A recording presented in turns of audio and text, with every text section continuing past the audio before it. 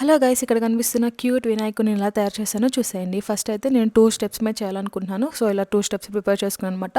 So body కోసం ఒక కుడుము షేప్లో తయారు చేసుకొని తర్వాత దాన్ని అట్లా ప్లేస్ చేసిన తర్వాత ఒక సిలిండ్రికల్ షేప్స్లో కట్ చేసుకున్నాను 2. సో వాటిని లెగ్స్ లాగా ప్లేస్ చేశాను. పైన కుడుము షేప్లో చేసుకున్నాను, పైన ఎక్స్ట్రా తీసేసి మంచి రౌండ్గా చేశాను అనమాట. సో దానిపైన ఇంకొక సిలిండ్రికల్ షేప్లోగా ఇలా తయారు చేసింది దాన్ని అడ్డంగా ఇట్లా పైన పెట్టాను అనమాట బాడీ ఇవ్వడానికి. సో నెక్ దగ్గర స్పేస్ రావడానికి ఇలా స్పూన్ తీసుకొని నేను ఇట్లా మధ్యలో ఇట్లా అన్నాను అనమాట. సో అక్కడ బాడీ షేప్ లాగా వచ్చేసింది. సో దాని తర్వాత నేను దానికి హ్యాండ్స్ యాడ్ చేస్తున్నాను. రైట్ హ్యాండ్ వచ్చేసి బ్లెస్సింగ్స్ ఇస్తున్నట్టు అండ్ లెఫ్ట్ హ్యాండ్లో లడ్డు ఉన్నట్టు ప్రిపేర్ చేద్దామని చెప్పి ట్రై చేశాను అనమాట. సో పర్ఫెక్ట్గా వచ్చింది అనుకున్నట్టు.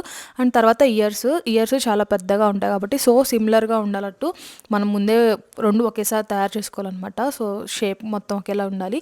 అండ్ తర్వాత వైట్ కలర్ క్లే తీసుకొని దండల్లాగా పెట్టాను అనమాట. బ్లూ అండ్ వైట్ కలర్ క్లేని మిక్స్ చేసి దండలా వేసాను. ఇక్కడ చూస్తున్నారు కదా పింక్ కలర్ అవి క్లాత్ లాగా ఉండిద్దని చెప్పి వేసాను అనమాట. సో అది తర్వాత నచ్చలేదు. సో మొత్తము ఒక పంచలా ఉంటే బాగుండిద్ది అనిపించి సో అలా వేసాము.